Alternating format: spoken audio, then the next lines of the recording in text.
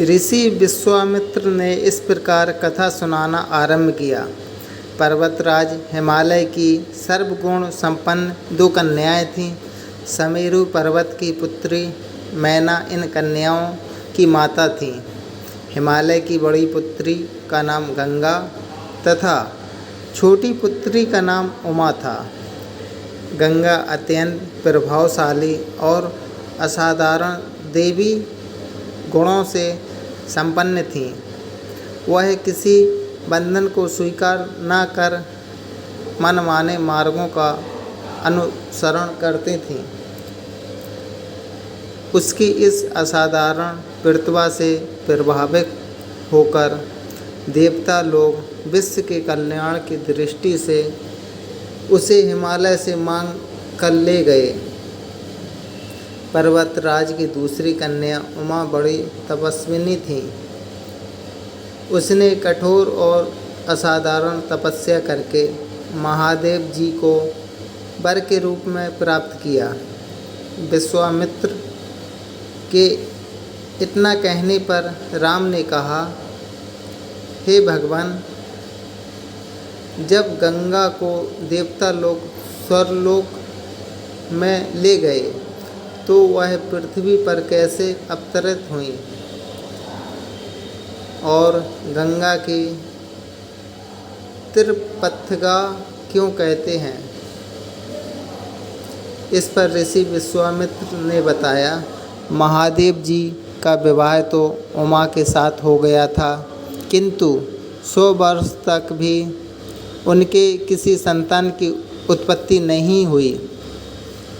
एक बार महादेव जी के मन में संतान उत्पन्न करने का विचार आया। जब उनके इस विचार की सूचना ब्रह्मा जी सहित देवताओं को मिली तो वे विचार करने लगे कि शिव जी के संतान के तेज को कौन संभाल सकेगा। उन्होंने अपनी इस शंका को शिव जी के सम्मुख प्रकट किया। उनके कहने पर अग्नि ने यह भार ग्रहण किया और परिणाम स्वरूप अग्नि के समान महान तेजस्वी स्वामी कार्तिकेय का जन्म हुआ। देवताओं के इस षड्यंत्र से उमा के संतान होने में बाधा पड़ी तो उन्होंने क्रुद्ध होकर देवताओं को श्राप दे दिया कि भविष्य में वे कभी पिता नहीं बन सकेंगे। इस बीच स्वर्गलोक में विचरण करती हुई गंगा से उमा की भेंट हुई। गंगा ने उमा से कहा कि मुझे स्वर्गलोक में विचरण करते हुए बहुत दिन हो गए हैं। मेरी इच्छा है कि मैं अपनी मातृभूमि पृथ्वी पर विचरण करूं। उमा ने गंगा आश्वासन दिया कि वे इसके लिए कोई प्रबंध करने का प्रयत्न करेंगे। बस राम, तुम्हारी ही अयोध्यापुरी में सगर नाम के एक राजा थे। उनके कोई पुत्र नहीं था। सगर की पटरानी केसनी विदर्भ प्रांत के राजा की पुत्री थी। केसनी सुंदर, धर्मात्मा और सत्यपरायण थी। सगर की दूसरी रानी का नाम सुमति था, जो राजा अरिष्टनेमि की कन्या थी। दोनों रानियों को लेकर महाराज सगर हिमालय के भृगु पुष्करण नामक प्रांत में जाकर पुत्र प्राप्ति के लिए तपस्या करने लगे।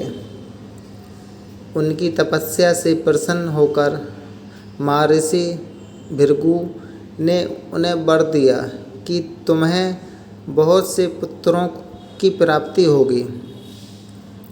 दोनों रानियों में से एक का केवल एक ही पुत्र होगा, जो कि वंश को बढ़ाएगा, और दूसरी के 60,000 पुत्र होंगे। कौन सी रानी कितने पुत्र चाहती है, इसका निर्णय वे स्वयं आपस में मिलकर कर लें। केशिनी ने वंश को बढ़ाने वाले एक पुत्र की कामना की और गरुण की बहन सुमति ने 60,000 बलवान पुत्रों की। उचित समय पर रानी केशिनी ने असमंजस नामक पुत्र को जन्म दिया।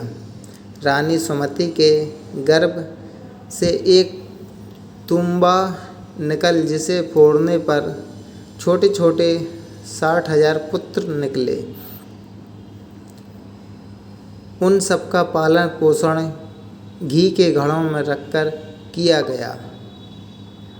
कालचक्र बीतता गया और सभी राजकुमार युवा हो गए। सगर के ज्येष्ठ पुत्र असमंजस बड़ा दुराचारी था और उसे नगर के बालकों को सरजू नदी में फेंककर उन्हें डूबते हुए देखने में बड़ा आनंद आता था। इस दुराचारी पुत्र से दुखी होकर सगर ने उसे अपने राज्य से निर्वासित कर दिया। असमंजस के अंशुमान नामक एक पुत्र था। अंशुमान अत्यंत सदाचारी और पराक्रमी था। एक दिन राजा सगर के मन में अश्वमेध यज्ञ करवाने का विचार आया। शीघ्र ही उन्होंने अपने इस विचार को कार्यपूर्ण में परिणति कर दिया। राम ने ऋषि विश्वामित्र से कहा, गुरुदेव, मेरी रुचि अपने पूर्वज सगर की यज्ञ गाथा को विस्तार पूर्वक सुनने में है, अतः कृपा करके इस वृत्तांत को पूरा सुनाइए। राम के इस तरह कहने पर ऋषि विश्वामित्र प्रसन्न होकर कहने लगे, राजा सगर ने हिमालय एवं विंध्याचल के बीच की हरी भरी भूमि पर एक विशाल यज्ञ मंडप का निर्माण करवाया। फिर अश्वमेध यज्ञ के लिए श्यामकर्ण घोड़ा छोड़कर उसकी रक्षा के लिए पराक्रमी अंशुमान को सेना के साथ उसके पीछे पीछे भेज दिया। यज्ञ की संभावित सफलता के परिणाम की आशंका से भयभीत होकर इंद्र ने एक राक्षस का रूप धारण करके उस घोड़े को चुरा लिया। घोड़े की चोरी की सूचना पाकर सगर ने अपने 60,000 पुत्रों को आदेश दिया कि घोड़ा चुराने वाले को पकड़कर या मारकर घोड़ा वापस लाओ। पूरी पृथ्वी में खोजने पर भी जब घोड़ा नहीं मिला तो इस आशंका से कि किसी ने घोड़े को तहखाने में न छुपा रखा हो, सगर के पुत्रों ने संपूर्ण पृथ्वी को खोदना आरंभ कर दिया। उनके इस कार्य से असंख्य भूमितल निर्जीव प्राणी मारे गए। खोदते खोदते वे पाताल तक जा पहुँचे। उनके इस नृशंस कृत्य की देवताओं ने ब्रह्मा जी से शिकायत की तो ब्रह्मा जी ने कहा कि ए राजकुमार, क्रोध एवं मद में अंधे होकर ऐसा कर रहे हैं। पृथ्वी की रक्षा कर दायित्व कपिल पर है, इसलिए वे इस विषय में कुछ न कुछ अवश्य करेंगे। पूरी पृथ्वी को खोदने के बाद भी जब घोड़ा और उसको चुराने वाला चोर नहीं मिला तो निराश होकर राजकुमारों ने इसकी सूचना अपने पिता को दी। रुष्ट होकर सगर ने आदेश दिया कि घोड़े को पाताल में जाकर ढूंढो।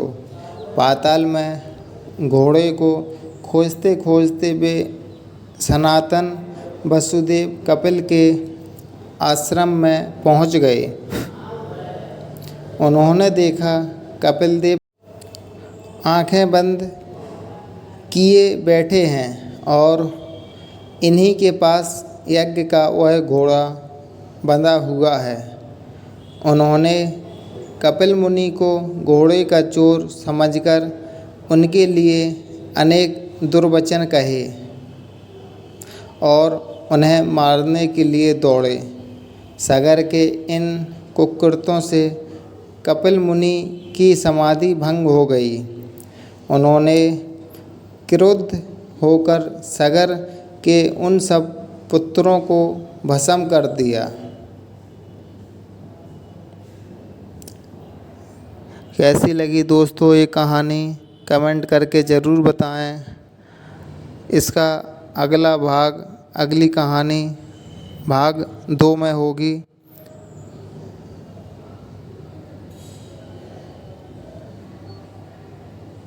और हमारे YouTube चैनल को सब्सक्राइब करें, फॉलो करें।